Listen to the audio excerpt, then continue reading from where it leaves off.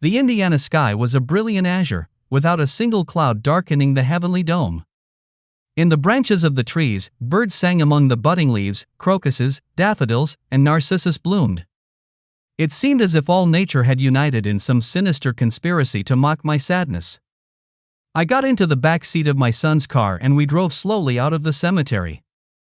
Sally turned in her seat and looked at me sympathetically. She reached across the seat and squeezed my palm. "That was a beautiful ceremony, Mr. Moore. I know Madeline would have loved it." I didn't say anything. Maddie was a happy person who loved nature. Or at least she had been until Grace left. Terry looked back at me and I could see that his eyes were reddening too, but he did his best to be supportive. "Sally's right, Dad, Mom would want it to be just like today." I knew they were right. Spring was Maddie's favorite time of year. I think if she had to leave, she'd choose this time of year. But that's little consolation when you've just buried the wife you loved for 35 years. Terry parked in front of our house, and he and Sally went inside. I sank heavily onto the couch. They looked at me anxiously. "Have you heard from Grace?" I asked. Terry looked down at the floor. "No, not a word." I nodded. I was sure of the answer, but I couldn't resist asking. In the silence that followed, Terry shifted restlessly from foot to foot, then asked, "Are you going to be all right, Dad?" How do you respond to that? I asked myself. Nothing will ever be okay, but I can't tell my son that. It would only increase his anxiety for me, and he has his own grief to deal with. "I'll be fine," I told him. "It's going to be pretty weird living here without her, but I plan on being busy, and this will help." "That's good, Dad," Terry replied. "Look, we've got to go pick up Lance from the babysitter. But if you need anything at all, please call me." Getting up to see them off, I nodded. "You two will take good care of my grandson," I told them. When they left, I stood looking at the house Maddie and I had shared for so many years. It was filled with memories, some of them good, some not so good. But it had always been filled with life, and now, not so much. The day outside was still bright, but the light coming in through the windows seemed to lose its intensity as it made its way inside. I sat back down and started reminiscing. My thoughts went back to when we bought this house all those years ago. Truth be told, it was too big and expensive for a young couple like us just starting out in life. But we fell in love with the place as soon as we saw it and couldn't think of anything else. So we pulled all our savings out of the bank, and my father lent me the same amount to make the down payment. Even then, the monthly payment was more than I could safely handle, so Maddie went looking for a job. She was lucky enough to find one in the development department of the city's art museum. She had always been good at communication, both written and verbal, and with her love of art, it was perfect. I guess you could say that we were poor. Every month, after paying the mortgage and utilities, we had very little money left. But we didn't care, we were madly in love and were on our way to the American dream. We may not have been able to go out to dinner and a movie, but we made up for it by making love in every room of the house. Maddie always had a strong libido and would get in the mood at short notice. Sometimes she almost killed me, but what can you do? Considering how much sex we were having, it was no surprise that Maddie got pregnant with Terry the second year after we settled into our new home. It was a difficult labor. Maddie was in labor for 18 hours, but then we had this wonderful new life in our arms and everything was perfect. Terry was a good baby. He slept through the night for 6 weeks, had no colic, and didn't have the problems that many newborns have. As he grew, he continued to exhibit the same good health and happy disposition, so much so that Maddie didn't mind going back to work when Terry was 9 months old. The museum spoke so well of her that they kept her on the job, so this transition went smoothly. Having an infant in the house certainly limited our love life, but only somewhat. We still made love frequently once Terry started sleeping through the night. And whenever Maddie had to go on one of her trips to other cities for fundraising, she would come home in a frenzy. I knew I wouldn't get much sleep the first night she returned. Terry came along pretty early in our marriage, but the next one was still 5 years away. Maddie wanted to wait. Part of her decision was based on the success she was having at work. By then, she had been promoted to head of development, and she loved every part of the job, dealing with crowdfunding donors, planning fundraising events, and running the annual fundraising campaign. But I also think Terry's labor was so frightening that she just wasn't ready to go through it again anytime soon.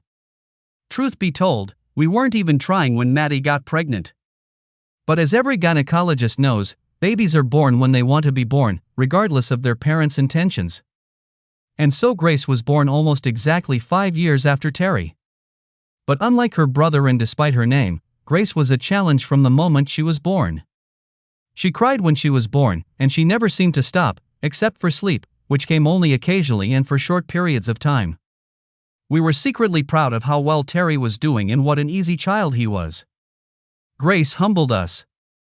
She cried, she expectorated, she had diarrhea, and then she cried some more. Many times we were at our breaking point, but somehow made it out of it with our sanity and marriage intact. I think Maddie had it harder than I did. For some reason Grace seemed to behave better, never better, when I held her in my arms, fed her, or changed her clothes. But when Maddie would pick her up, baby Grace would fight, cry, and generally behave the worst. She was almost 9 months old before she started sleeping through the night. The pediatrician told us that some kids are just more difficult than others. If that's true, then Grace must have been the model of a difficult child.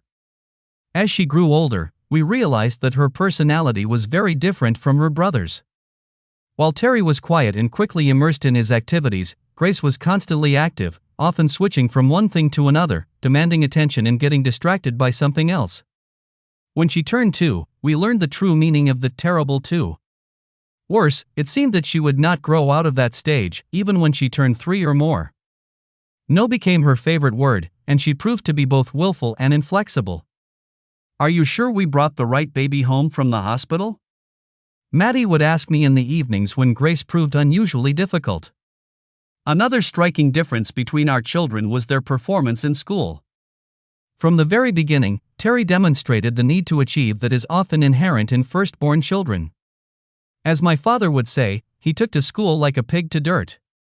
He wasn't a genius, but he was a good student, always studying hard, and all the teachers praised him when we went to parent-teacher conferences. Grace, on the other hand, did not learn well. That didn't mean she was slow. In fact, she was very smart, perhaps even smarter than Terry in some respects. If a subject interested her, she threw herself into it unreservedly and often got the highest grade in the class. But she had neither interest nor patience for subjects she disliked, and it was almost impossible to induce her to devote time and energy to them. As a result, she excelled in some areas but failed in all others, drastically reducing her overall academic performance.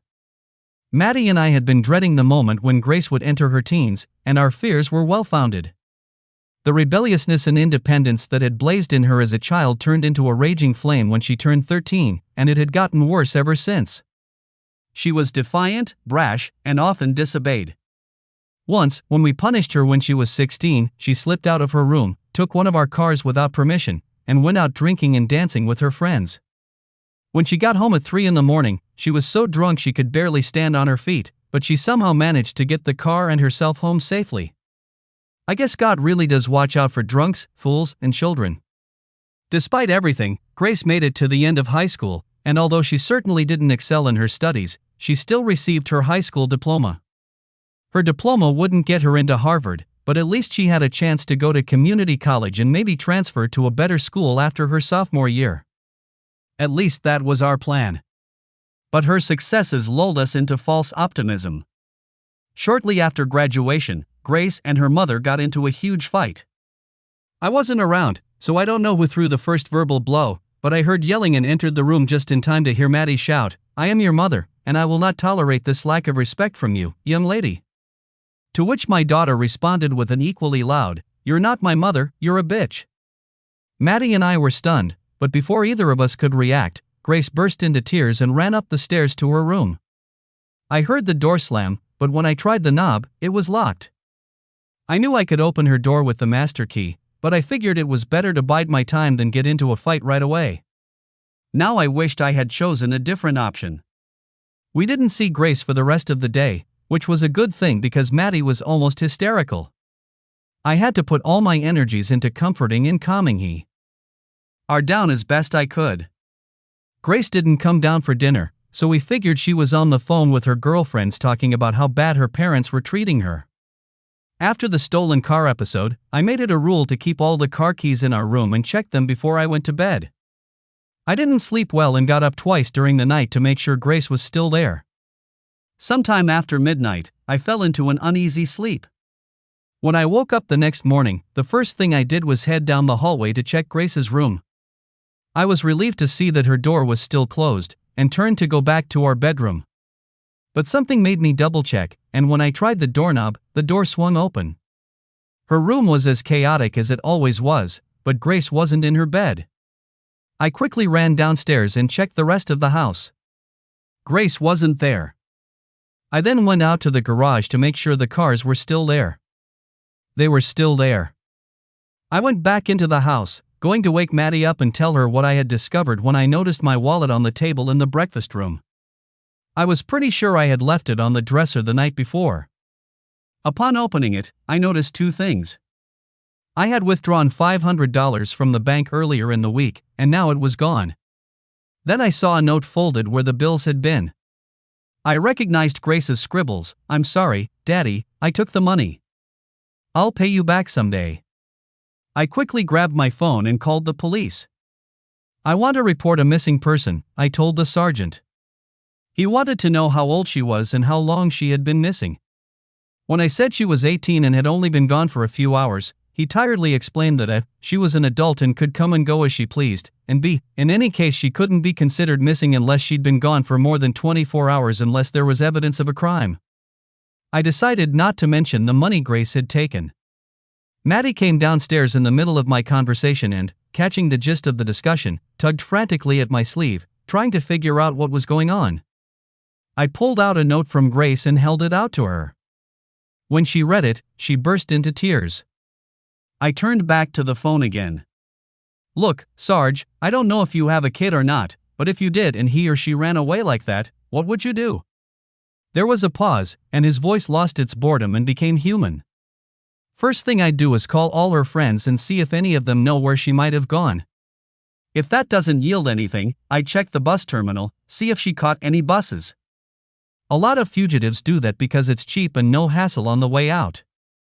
And if you haven't already done so, try calling her cell phone. If she doesn't answer, leave her a message." That's what I would do. I thanked him and hung up. I wondered if he had a child Grace's age. I called Grace's cell phone, but the receiver was immediately transferred to voicemail. "Grace," I said as calmly as I could under the circumstances, "please come home. I'm so scared for you, baby.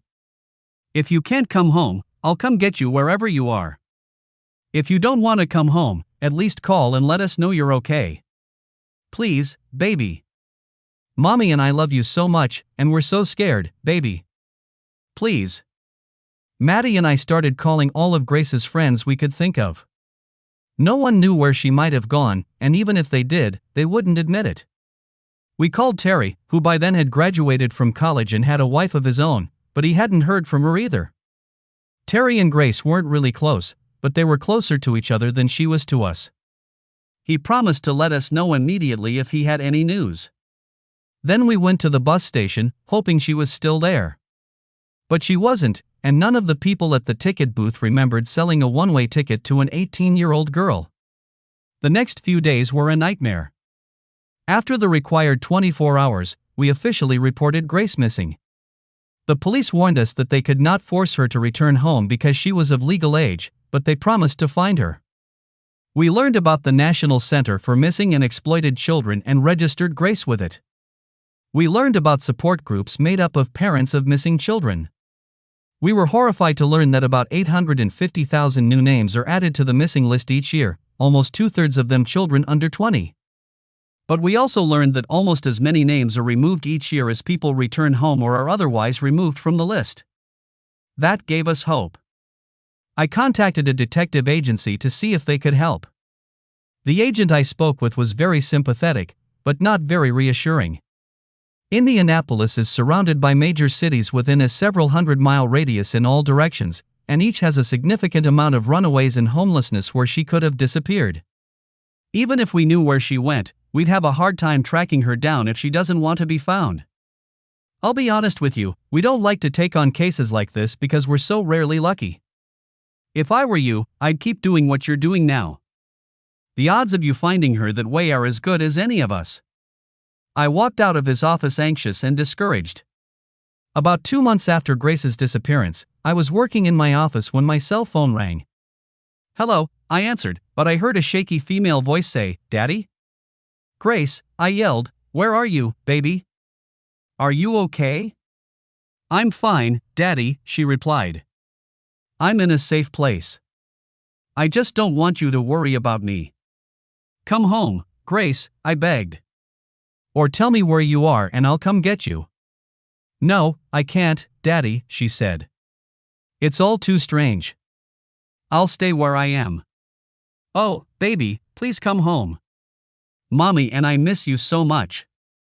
"I'm sorry, Dad, I can't. Look, I just wanted you to know that I'm okay and you don't need to worry about me. I'll call you again when I can." And with that, she disappeared. I left work and drove to the museum to see Maddie. I didn't trust myself to tell her over the phone. When I walked into her office, Maddie saw me and put her hand to her mouth, her eyes widening with fear. "No, it's good news," I said hastily. "I just got a call from Grace." With those words, Maddie put her head down on the table and started sobbing. I went over and hugged her. When she pulled herself together again, I told her what had happened and what Grace had said.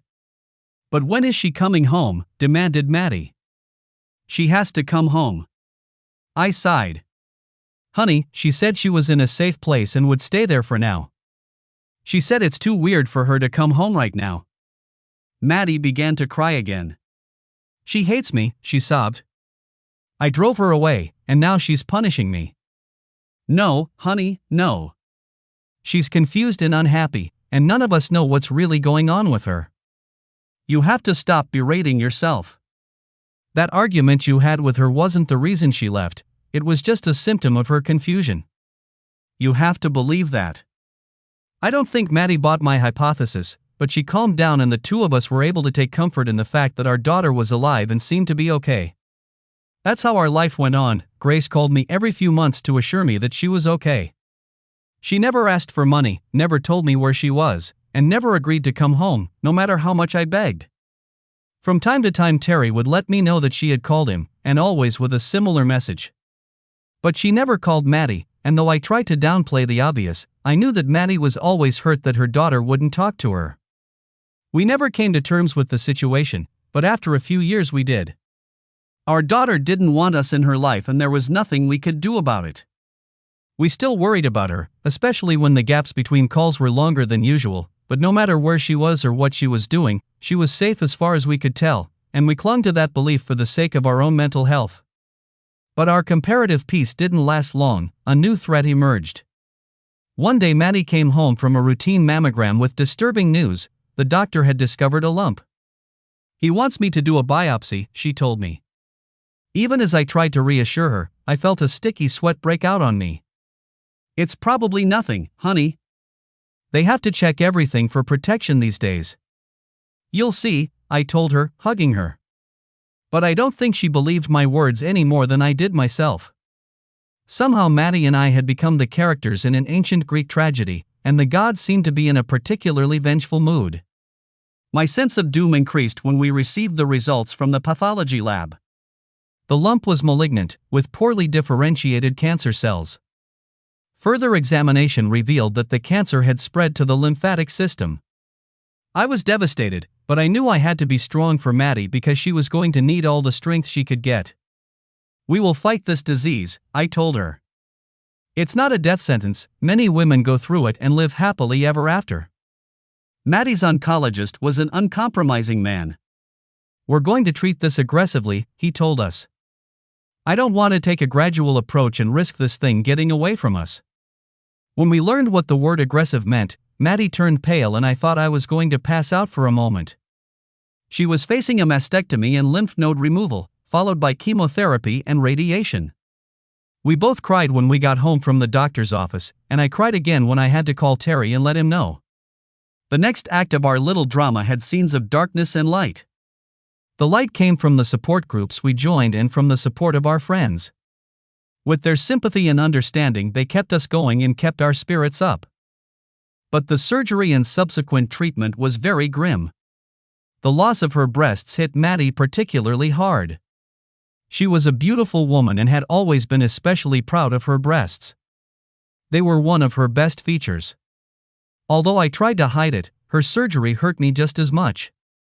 I'd always liked her breasts, and it was hard to accept that they were disfigured. But I told myself to grow up and stop feeling sorry for myself. I wasn't the one fighting for my life, and I wasn't going to do anything but be positive and upbeat around her. Once we get this sorted out, I promised her, you can have reconstructive surgery. They can work wonders now, you'll be the envy of all your friends. But when the gods are angry with mortals, they cannot be appeased by acts of courage and displays of optimism. When we learned that the cancer had aggressively metastasized to other organs, Maddie lost the will to fight. I don't want to go through any more surgeries, she told me. I don't want to go through any more chemotherapy or radiation.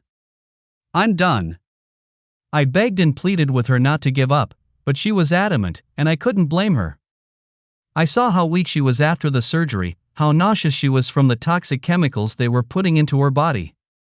No one could blame her for not wanting to keep going through this with very little chance of success. I thought there might be another factor, though I didn't want to mention it. I was afraid that Maddie saw her cancer as some sort of punishment for what had happened to Grace. Maddie had never said anything like that, but I couldn't help but wonder if that was part of the reason she refused further treatment. Once we stopped treatment, things started to change quickly. Maddie had good days when she seemed almost normal. I remember taking her to a flower show and delighting in how much pleasure she took in looking at the many colors. Other days she could barely lift her head, and I could see her strength draining away like water from a cracked glass. In the last few days, I moved her into hospice care. Most of the time she just slept a restless sleep. When she was awake, she wanted to say something, but she didn't have the energy for long conversations. "Raleigh, you know I've always loved you," she told me more than once. This grieved me, because I had always known it. There was no reason why she should think it necessary to assure me of it all the time. But I only replied that I knew it, and that I had always loved her just as much. On her last day, she came to her senses again and took my hand. "Grace?" was all she said, but I knew what she was asking. All I had to do was shake my head. "Tell her I'm sorry for everything," she mumbled before falling back into sleep. She didn't wake up. Later that night, she had a case of Cheyne-Stokes respiration and then disappeared. The gods had their revenge. I snapped out of my reverie and looked around our quiet house. Now that she was safely buried, there was nothing more I could do for her. It was time to move on. Those were brave words, but they didn't fit my mood. There were times when I wondered how I would move on after losing the two most important women in my life. But it was only self-pity. I had a son with a wife and a son of my own. I knew they loved and needed me as much as I needed them. Life might have lost its zest, but I had no right to think about giving up. The next few weeks were filled with a new set of hurts and insults. The pain involved having to put away Maddie's things, especially her clothes, makeup, and other personal belongings. I knew I had to do it. I didn't want them to become a pathetic dusty shrine, but each thing I packed held many memories, and it took me several days to complete this relatively simple task. The friends, acquaintances, and co-workers I interacted with over the next few weeks actively and passively hurled insults at me. The museum where she worked sent a delegation to offer their condolences, and while I appreciated the gesture, I hardly knew any of these people. The signed calligraphy memorial they handed me was embarrassing. What was I to do with it? Hang it over the fireplace? Many of our friends have stopped by to check on me, but didn't know what to say to me other than the trite phrases everyone uses. In the same way, I didn't know what to say in response, except to use equally trite answers. The worst were those who couldn't think of what to say and avoided me, embarrassed. I saw them shake their heads or cast concerned glances in my direction, thinking I wouldn't notice. I didn't blame them. Sometimes there was just nothing to say. During Maddie's illness, I started visiting our minister at church, and now that she was gone, I realized that I needed to keep going. Our minister was a wise and sweet woman who allowed me to pour out my grief in her small office over a cup of tea. In addition to spiritual comfort, she proved to be very insightful about human nature. It was she, more than anyone else, who helped me overcome my self-pity. But when I went to see her this Friday, I had a new problem that both alarmed and embarrassed me. After she poured me a cup and reclined in her swivel chair, I began to make my informal confession. I had a nightmare last night. I dreamed that Maddie was alive, but she wouldn't come to me. I was lying in my bed, but I was helpless and couldn't get up. Maddie just laughed at me and walked out the door without even looking back. I was so angry with her that at that moment I thought I hated her. I looked at the Rev's pensive face. What is wrong with me? How can I have these feelings? She took a sip from her cup and looked at me intently. Raleigh, what you're feeling is perfectly normal. No one likes to talk about it, but I would venture to guess that most people who have lost loved ones feel resentment and anger toward them at one time or another. But how can it be? Demanded I. For God's sake, she's dead and I'm still alive. She must be resentful of me, not the other way around. But don't you realize, she said quietly, she left you alone with all your pain and sorrow. The more you loved her, the more you miss her, and the more it hurts. And the source of that pain is Maddie. Is it any wonder that you feel resentment toward the person who makes you grieve and suffer so terribly? Her words made some sense, but I still felt uneasy. What can I do to make this go away? I don't want to spend the rest of my life hating my dead wife. The priest smiled slightly at me. You don't need to worry about that, Riley. The reason you're angry is because you still haven't come to terms with the fact that Maddie is gone. It's all still too fresh and raw. Once you get over it, you'll find that the anger is gone too, and you'll be able to focus on the good memories. As I left her office, I hoped she was right. It was very unpleasant to discover that I hated the woman I'd cherished for so many years. I was glad I had an appointment with our priest that day, because I was invited to dinner with Terry and his family that evening. The last thing I wanted to do was go to visit them with unresolved anger in my heart. Little did I realize that the next scene in my drama was just beginning. After dinner, Terry and I sat in the living room. Sally hadn't left us alone, saying she needed to put their son Lance to bed. What's the matter, Terry? I asked him. I can see you have something you want to tell me. He moved nervously in his chair and cleared his throat. It's Grace, he said, I've heard from her. Instantly all the anger that the minister had managed to keep down during the day came flooding back, but this time it was directed at a new target. Did you tell her? Demanded I. Did you tell her her mother was dead? He looked at me restlessly. Yes, Daddy, I told her. So what did she have to say? I said louder than I intended. She knew Maddie was dying. Couldn't she even come to her mother's funeral? She cried when I told her, Terry replied. I looked at him expectantly. That's not all, is it? I asked. His face took on a guilty look. She made me swear not to tell you, Dad, but I can't keep that promise. I know where she is. I sat stunned. After 5 long years? Terry continued. When I told her about Mom's death, she asked me to send her some of Mom's things that she could keep. I took one of Mom's crosses from the stuff you gave Sally and sent it to her. Dad, she lives in Chicago, I have her address. He held out a piece of paper to me. Oh, and she lives under Mom's maiden name, she's Grace Campbell now. I picked up the paper with her name and address on it and saw that Grace did indeed live in Skokie, just north of Chicago. I put the address in my pocket and stood up. Dad, what are you going to do? Asked Terry in alarm. There's only one thing I can do, I told him. I must go and see her. He looked at me with regret. I knew you'd say that. He walked me to the door. Dad, don't do anything crazy. I looked at him triumphantly. I promise, son. As soon as I got home, I booked a motel near Grace's address. Then I headed to bed. It's about a 3-hour drive from our house to Chicago, and I wanted to get an early start. I had no idea how long I would be there, so I didn't know how much stuff to pack. During the trip, I kept thinking about what I wanted to say to her.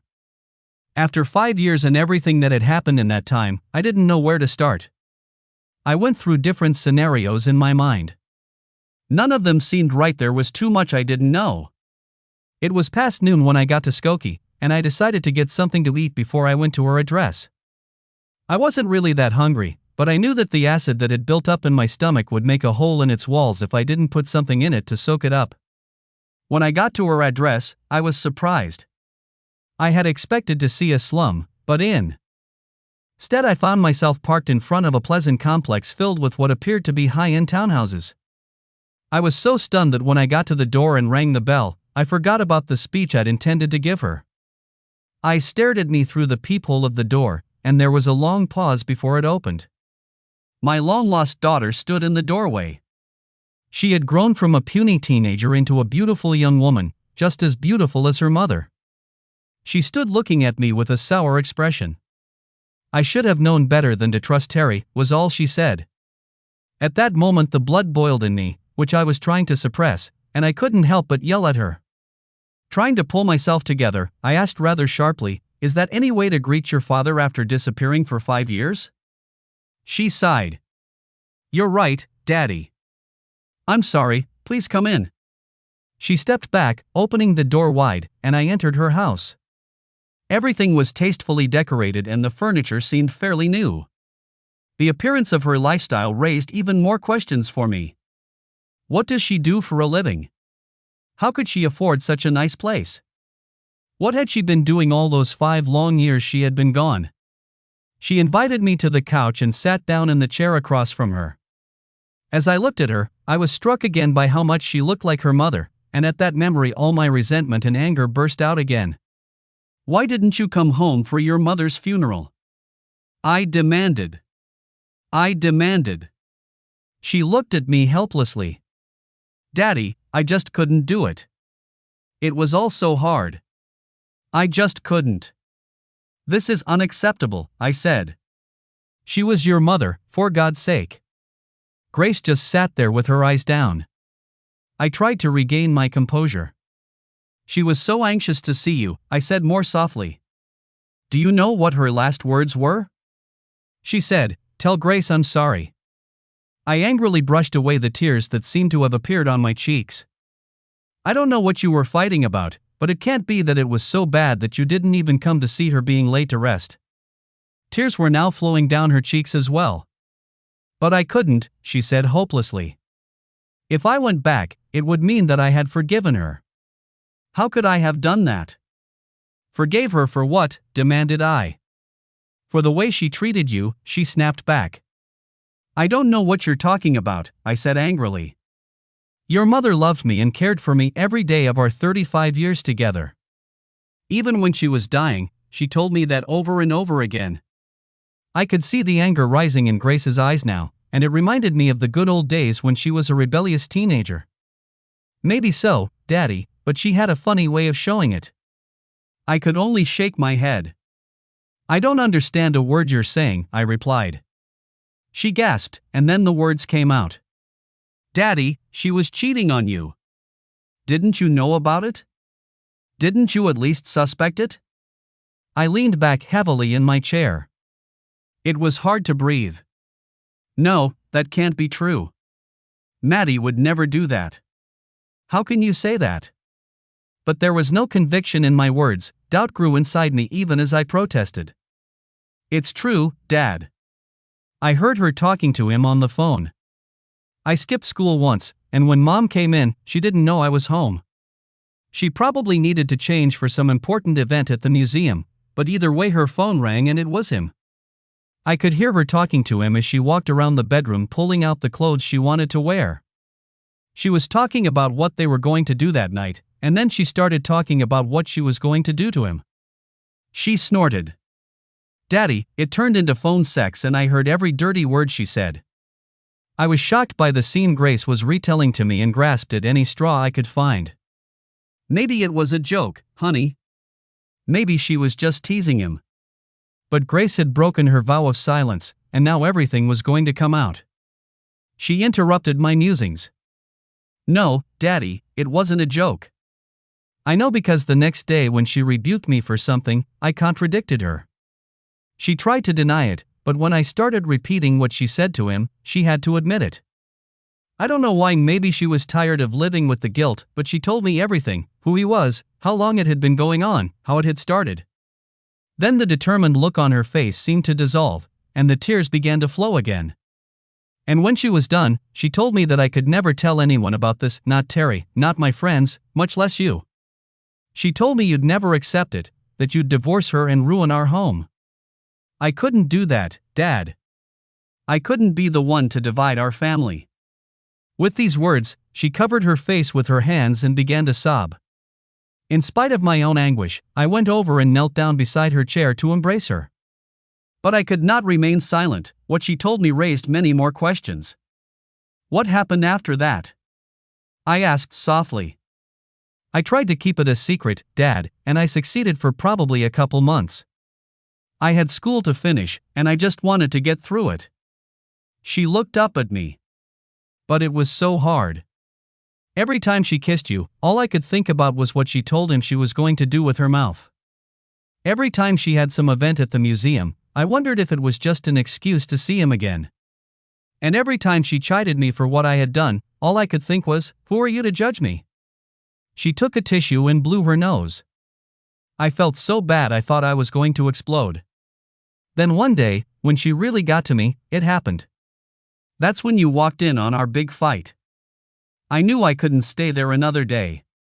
I couldn't stay with my mom because I couldn't stand her lies and her I'm above it all attitude. And I couldn't stay with you because I knew I couldn't hide everything from you and it would be the end of our family. The only way out was to get as far away as possible. She shrugged. And that's when I ran away to Chicago. Many questions swarmed in my head, but the first one was, why did you go to Chicago? She looked at me like I was stupid. Because he lives there. Who? I angrily replied, who lives where? The guy she slept with. You've heard of him, Daddy, Carlton Morrison. And suddenly everything fell into place. I had never met Carlton Morrison, but I knew who he was. He was a wealthy commodities trader who was known not only for the stars he dated, but also for patronizing the arts. I remembered that his first multi-million-dollar donation to the museum was one of Maddie's early coups that made her a rising star in the development department. Now I wondered what she had to do to get it. And then another memory popped into my head. When we were struggling financially, we had a stroke of luck that really helped us turn things around. Maddie came home one day and told me that an aunt I had never met had passed away and left her a good amount of money. It was enough to get me out of debt and above water financially. Now I was left wondering who was the real source of that money? But it can't be, I thought. It was so long ago. I tried to remember when it all happened. That would mean their affair started. But before I knew it, my memories were interrupted by a stirring from the back of the house. Grace was on her feet like a shot. Oh my God, we woke her up. Then she disappeared down the back hallway. When she reappeared, she was accompanied by a beautiful girl of 2 or 3 years of age. She had luxurious brown hair, bangs down over her forehead, and big brown eyes. But all I could focus on at that moment was the abnormally large elbows, the awkward angle of her lower limbs and feet, and how difficult it was for her to walk, even with her mother's help. I dropped to my knees and held out my arms to her. Hi, I said quietly, I'm your grandfather. What's your name? Those big eyes stared at me for a moment. Then she said in a broken voice, Susie. Hi, Susie. Can I give you a hug?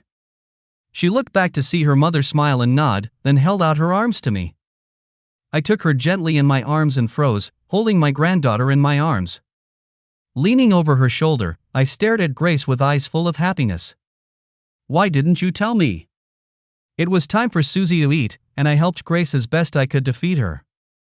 After that, the girl wanted to go outside, so Grace took her stroller and put her in it. Then we walked down the sun-drenched sidewalk under the trees until we reached a small park. Susie cooed and talked to herself most of the way. There was a playground in one part of the park, and we watched half a dozen kids playing on one of these slides that spiral down to the ground. One by one they would climb to the top of the ladder and then let it go, rolling down the spiral until they were on the ground. Just like me, I thought Riley. As we strolled along, I pointed with a questioning expression at the precious little girl in front of us. Grace understood everything. "It's cerebral palsy," she told me quietly. I nodded. I didn't know much about cerebral palsy, but I knew Susie would need special care for the rest of her life. I hugged my daughter. "I'm so sorry, baby girl." "You shouldn't," she replied flatly. "She's my daughter and my responsibility. I have everything under control." I looked at her questioningly, but she seemed confident. Then anger flared up in me again, but I didn't want to alarm Susie, so I tried to speak more softly. "The least you could do was let me know that I now have a granddaughter." Grace looked at me sadly, then led us to a park bench. We sat side by side, and she gently rolled Susie's stroller back and forth. The combination of the sun and the motion of the stroller seemed to lull Susie to sleep again. After checking her daughter's condition, Grace turned to me and said with a gentle expression on her face, "Poor Dad. DY, you just don't understand. Susie is not your granddaughter." "Of course she's my granddaughter," I said indignantly. "You're my daughter and she's your daughter. So I'm her grandfather." She gently took my hand. "You're my daddy. You'll always be my daddy, but you're not my daddy." There was a roar in my ears, or maybe it was the distant sound of the laughter of the gods. "That can't be," I sighed. "I was there when you were born. Your mother and I made love." I stopped myself. Even in that moment, it was hard for me to talk about sex with my daughter.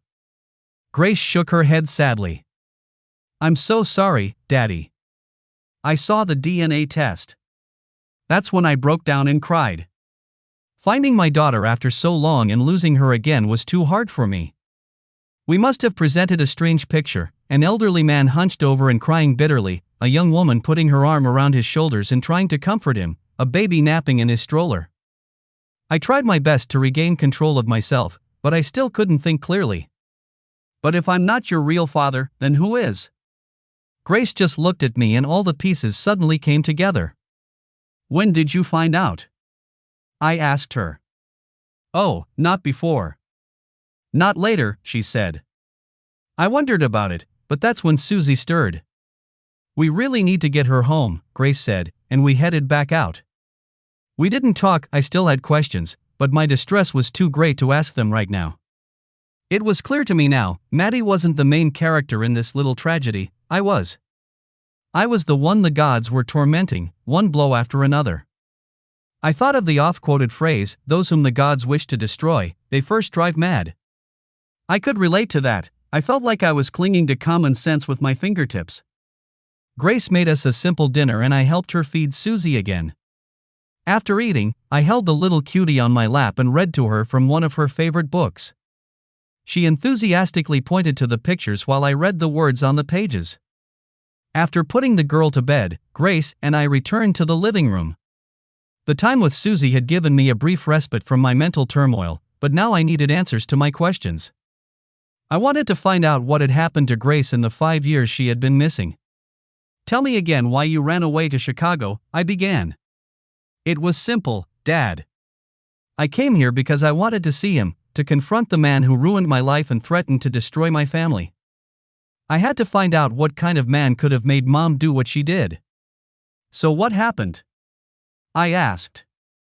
Finding him was easy. Everyone knew where Carlton Morrison lived. So I just walked up to his mansion and demanded to see him.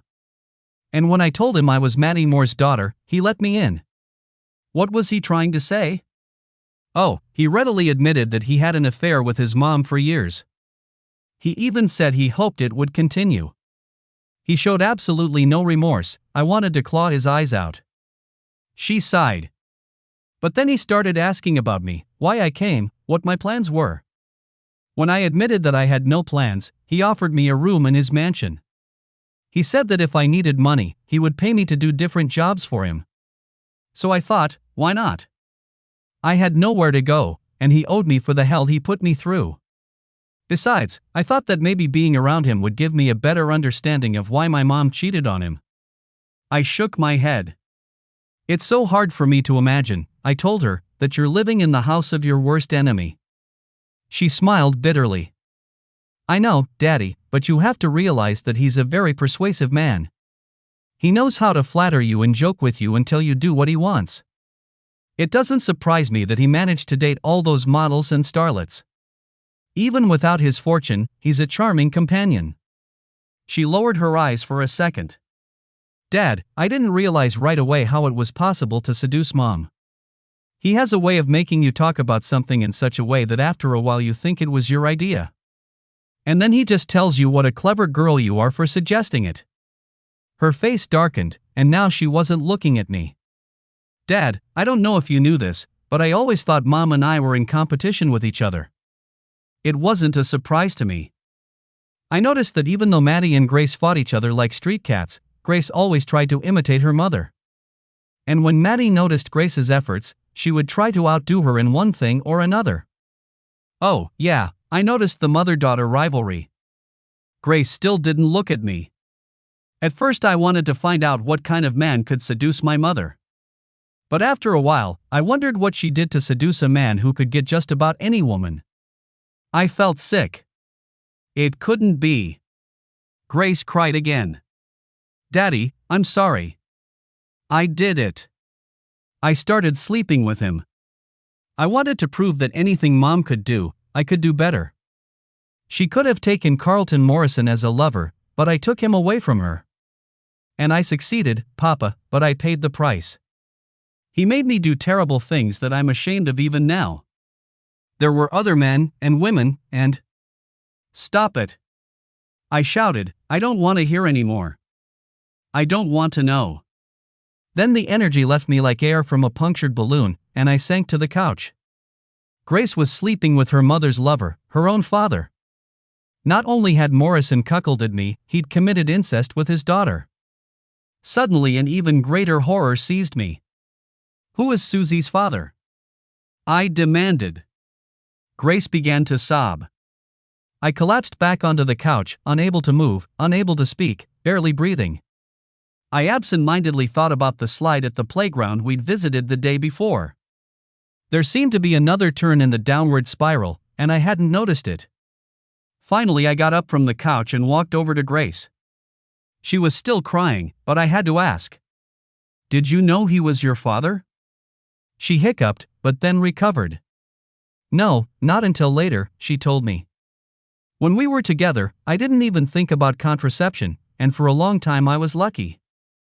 But then I got pregnant, and he demanded I leave. I was heartbroken, but he wouldn't budge. He said he would take care of me, but he couldn't afford to keep a pregnant woman in the house. According to him, it would be bad for his reputation. She looked up at me again. I refused to go, and then he said I had no choice because I was his daughter and publicity would ruin me. When I called him a liar, he took a DNA test. When I saw the results, I realized I had to leave for the sake of my child. He told me they would take Susie away from me if anyone found out. There was something about Grace's story that was bugging me. Morrison had made me a cuckold, but how could he know Grace was his daughter and not mine? And then another link fell into place. Maddie, I remembered, had wanted a DNA test done shortly after Grace was born. She told me it was recommended by the police to confirm identity in case something unthinkable happened to Terry or Grace. I'd never heard of it, but the test was simple, a swab from the inside of my cheek, and I agreed. Maddie told me she would keep the records in the safe, in case we needed them. I'd never looked at them and probably wouldn't have realized even if I had. Now I was sure I had just learned what had really happened. Grace saw my hesitation and drew the wrong conclusion. Dad, he may have been shit, but at least he was honorable. He put me up in that townhouse and helped me get a job. He also paid all the bills for Susie's labor and her medical bills since then. How generous of him, I grinned. He paid you to keep your head down and cover up his sin. Grace sat in the chair, snuggled up to him like a little child. Now you know why I couldn't come home, Daddy. I knew you would hate me, but not as much as I hate myself, she sobbed. I thought about how she had lived all this time with guilt and self-loathing, and I realized that she was just as much a victim as I was. As I hugged her, I realized what I needed to do. I stood up. It's getting late, Grace. It's been a traumatic day for both of us. I need to go back to the motel and get some sleep. She tried to stop me. Can't you sleep here tonight, Daddy? I can move Susie to my room and you can put a daybed in there. I know she'll be glad to see you when she wakes up. I smiled forcibly at her. I wouldn't think of bothering Susie. You guys go to bed, I'll be fine at the motel. She spread her arms out and hugged me like she never wanted to let go. I missed you, Daddy, I really did. She pulled back enough to look me in the eyes. I love you, Daddy. And no matter what, you'll always be my daddy. I hugged her back. Despite everything that had happened today, it felt wonderful to be reunited with my lost daughter. As I headed for the door, she grabbed my arm. Daddy, you're not going to do anything crazy, are you? I smiled at her. Terry asked me the same thing. I promised him I wouldn't, and I promise you the same. Then I headed for the exit. Sometimes good parents have to lie to their children. When I checked into my motel room, I was exhausted, but the revelations of the day kept me awake. I wished I could talk to our priest at home, for I really needed someone to whom I could vent all the horrors that had befallen me. But there was no one in the motel room but me and those laughing gods, who were always finding new blows for the hapless mortal. After tossing and turning, I finally couldn't take it anymore. I got out of bed and turned on my iPad. Then I did a search for information about Carlton Morrison, the antagonist who had stolen my wife, daughter, and now granddaughter from me. There was no shortage of information about the man whom some frustrated English journalist had dubbed the Playboy of the Midwest. Morrison, I learned, had inherited his original fortune from his father. But unlike any sons of the wealthy, Carlton had been very successful. Taking a portion of his inheritance, he studied the commodities market on his own. Then, through a series of shrewd but bold moves, he managed to double his father's money during one of the periodic bubbles occurring in the commodities arena. Of course, his fortune was not on the scale of Bill Gates, but he was a very wealthy man nonetheless. Then, as if guided by some sixth sense, he cashed out, leaving thousands of other investors to benefit when the bubble inevitably burst. There was talk of an investigation, but as far as I could tell, nothing came of it. Instead, the young multimillionaire turned his attention to the art world, becoming a major patron of the arts while dating some of the most attractive women in the public eye. Stories of parties at his Chicago mansion became legendary, and gossip about his romantic exploits filled the pages of a dozen tabloids. But I noted with interest that there were very few recent entries, and finally found a group of articles with an explanation. Apparently, the Playboy had suffered a stroke a year ago and retired from the public stage.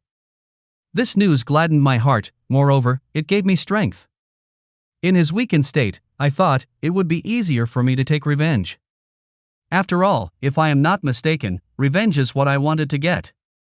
This man had done indescribable harm to me and my family, and I wasn't going to let him go unpunished. Today's revelations were like a series of hammer blows, each one dropping me lower and lower in a spiral until I felt that killing him was the only way to end the pain. I knew I could not escape punishment for such a crime, but I didn't care. How can you punish someone who's already dead? At least I'd have the satisfaction of knowing that I'd taken him with me. And I already knew how to do it.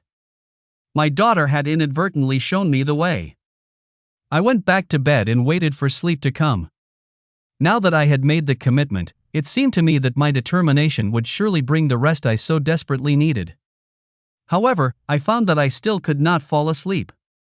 Instead, I kept thinking about a quote that had occurred to me that day: "Those whom the gods wish to destroy, they first drive mad." Is this really my destiny? Have I already reached the point of madness? Do I have to take the final step, to kill? After that, there will be no redemption, no turning back. Was I predestined to end my life this way, a pawn in some Olympic game? Or did I have another way? I lay there for a long time pondering the eternal questions, and then I fell asleep. When I woke up the next morning, I felt strangely rested. Perhaps this is how making a final decision works. Whatever the reason, it was good that I was rested, because I had a lot to prepare. I worked all morning, stopping only to eat a small snack when my stomach protested. By the time I finished my preparations, it was noon. I gathered my things and headed to the front desk to check out. The manager was on duty, and as he processed my bill, he must have noticed my original reservation. "We didn't expect you to leave early, Mr. Moore. Is everything to your satisfaction?" I smiled at him. "Oh, yeah, it was just fine." He thought he saw an opportunity for repeat business. "Then can I help you make reservations for your next visit?" "No," I said, "I will never be here again." I saw the puzzled look on his face as I turned and walked away. The drive south from Skokie was pleasant enough. The traffic on the roads was not as heavy as it usually is on Sunday. It gave me a chance to think about the women in my life. Maddie's infidelity shook me to the core. How could she say she'd always loved me when she'd had an affair over the years? And then there was Grace. I could understand the stress that made her run away, but I couldn't understand how she could become the mistress of a man who seduced her own mother. And then there was poor little Susie, the only real innocence. But she too had fallen victim to the unholy relationship between her mother and this man. This man. Everything kept coming back to Carlton Morrison. I realized that he was my mortal enemy, my family's enemy, and the real antagonist in this drama. I had to deal with him. If I didn't, our wounds would never heal. This knowledge brought me a strange sense of calm. When you get to the point where there's only one thing left to do, it's comforting. The Morrison mansion was located in the Lincoln Park neighborhood of Chicago. When I finally found it, I couldn't help but be impressed. The mansion was huge, with a stone and iron wall girdling a huge lot. The building was 3 stories high, clad in gray stone and topped with turrets and battlements. It looked more like a fortress than a house. There were no parking spaces on the street, so I parked in front of a fire hydrant. What did I care if my car was towed away? The main entrance was protected by heavy steel gates. Instead of swinging open, they rolled to the side. I noticed a steel beam reinforcing the center of the gate. No one was going to force their way through it. My plan was simple. I followed Grace's example. She was able to infiltrate his lair by appealing to both Morrison's curiosity and his vanity. I intended to use the same weaknesses to breach his castle wall. I walked over to the loudspeaker next to the gate and pressed the button. A voice asked why I was here. "I'm here to see Carlton Morrison," I said confidently, looking directly into the closed-circuit television camera watching me. "What is the nature of your business?" the voice asked coldly. "I'm an old friend of Madeline Moore's. I'm bringing Mr. Morrison the last present from Maddie. Tell him Madeline Moore sent me, he'll remember her." There was a long pause, and I was beginning to think my confidence was unfounded, but then the voice spoke again. "Please proceed down the driveway to the front entrance. You will be met there." At that moment, the massive gate began to slowly rotate until it opened wide enough for me to pass through safely. As soon as I did, the gate changed direction and closed with a metallic clang. As I approached the front door, the door swung open and I was greeted by a maid. "Who should I tell you Mr. Morrison is calling, sir?" she asked politely. "My name is Riley," I said. Then I waited while she went to notify her master. The grand hallway she passed through was flanked by a spiral staircase. She opened the heavy double doors just under the curve of the staircase and disappeared inside. While I waited, I looked up. The ornately carved staircase was massive and stretched a full 3 stories up. As I lowered my eyes, the housekeeper reappeared beside me. "Mr. Morrison will see you in his study, sir. If you will follow me." With these words she led me toward the double doors from which she had just emerged. As we passed under the stairs, I thought, so this is what is downstairs. The room we entered was oak-paneled and dark. Even the huge leaded glass windows weren't enough to light the place. Sitting at a mahogany desk in front of the largest window was a man with a face I recognized from photos I'd seen online. The most distinctive feature of his face was a full head of brown hair slicked back over his forehead. Surely women like to run their fingers through it, I thought. The housekeeper turned to leave, closing the heavy doors behind her. As I approached the table, he stood awkwardly and reached across the table to shake my hand. Come in, old boy, he said. I'm sorry I didn't come to meet you. I had a stroke a year ago, and now I don't get around so well anymore. I was amused by his English accent. It was clear from his biography that his family had come from Ireland during the potato famine. Oh well, I thought, the rich must have their little idiosyncrasies. As I looked at him, I thought I could detect the signs of a stroke. His left arm seemed to hang somewhat loosely, and the left side of his face seemed to sag a little more than age usually dictated. Nevertheless, he was still a handsome man, and one could understand how women might be attracted to him even if he wasn't rich. So you're an old friend of Maddie's, he continued. It's a shame she's dead.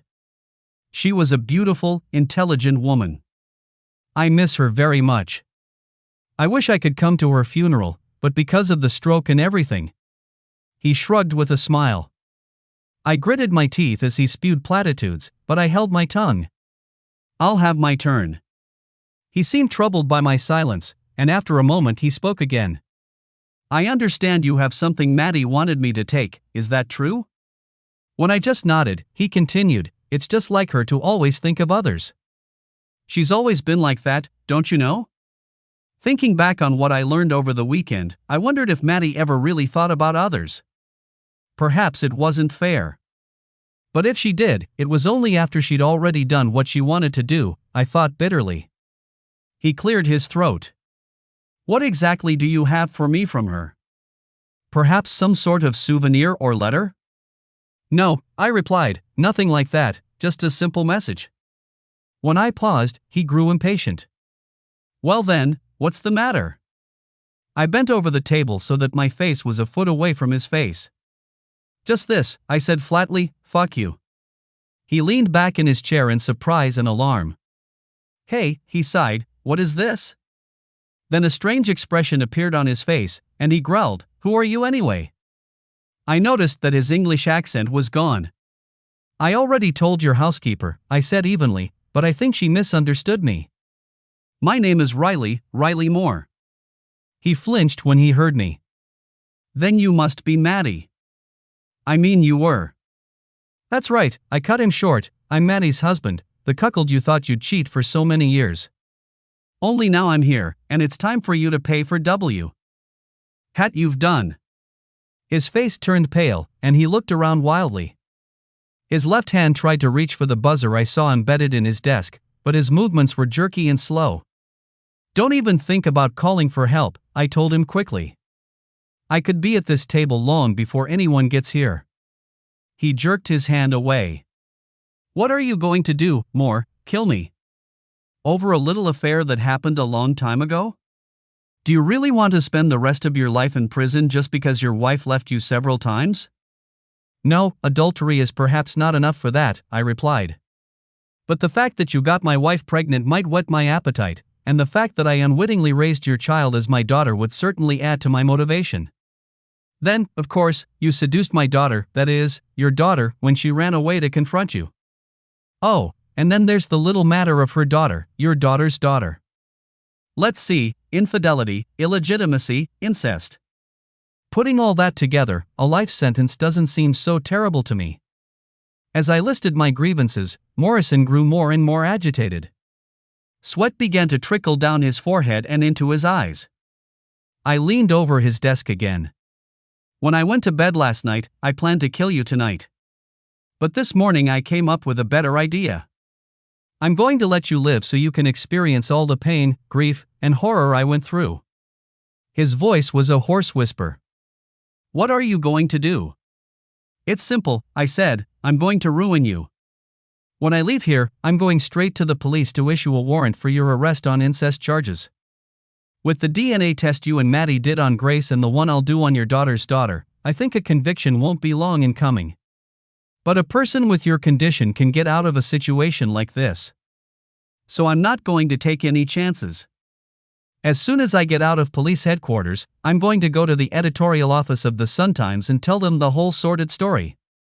As soon as I'm done there, I'm going to contact every tabloid and gossip columnist who's ever written about you and let them know what a nasty piece of work you really are.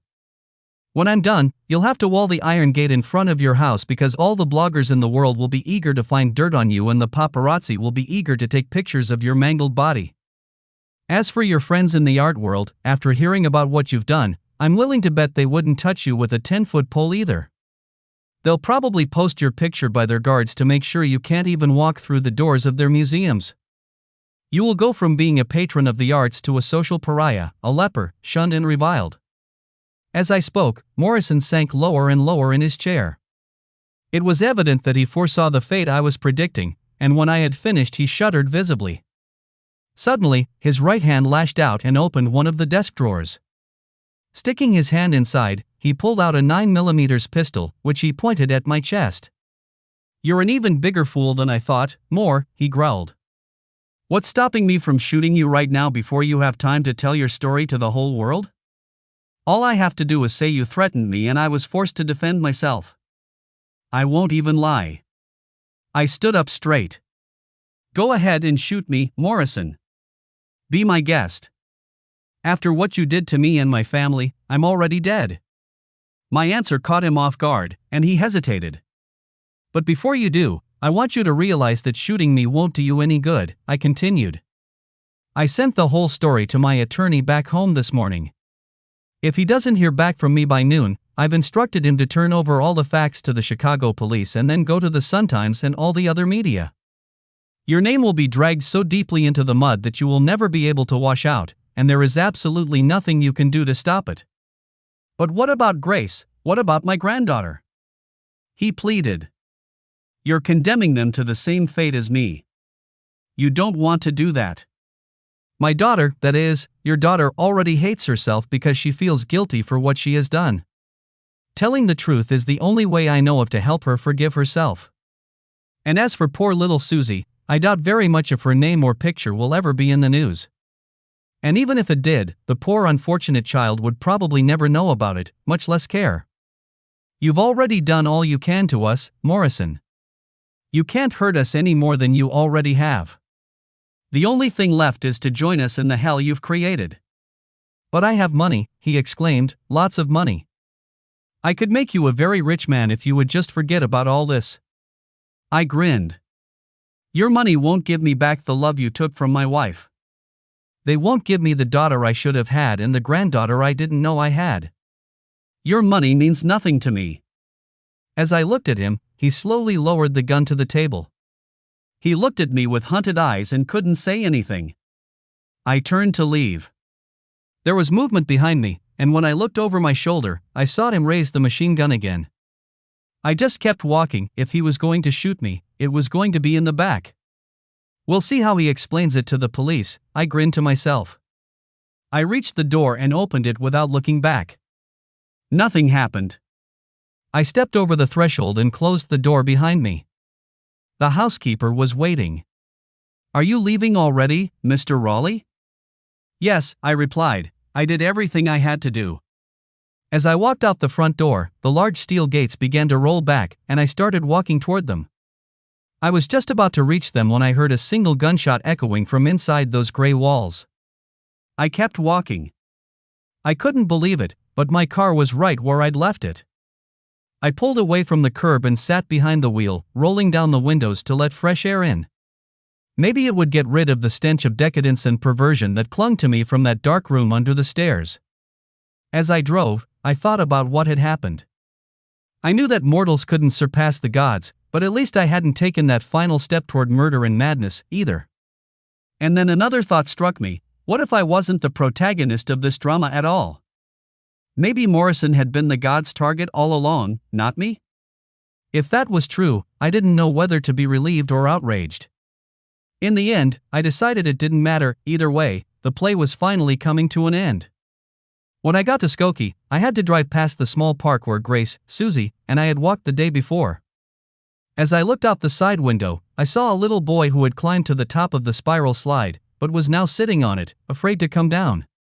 I stopped to watch. His mom was standing at the bottom of the slide. "It's okay," she said. "It's okay to go down."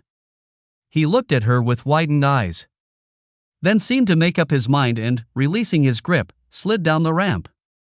Sure enough, as he approached the end, his movements slowed until he came to a stop at the bottom. He looked triumphantly at his mother and then hurried to the stairs to begin the climb again. I smiled and started the car again. I was ready to start again, too. Grace must have been looking through the curtains, because she opened the door before I could ring the bell. She jumped out and hugged me. "Daddy, I was so worried about you. I tried to call, but you wouldn't pick up. I was sure something had happened to you." I smiled at the irony of her words, but said nothing. Instead, I put my arm around her waist and walked into the house with her. "You need to get ready, Susie," I told her. "I'll drive you home." Epilogue. I didn't bluff Morrison. I emailed the whole story to my lawyer that morning.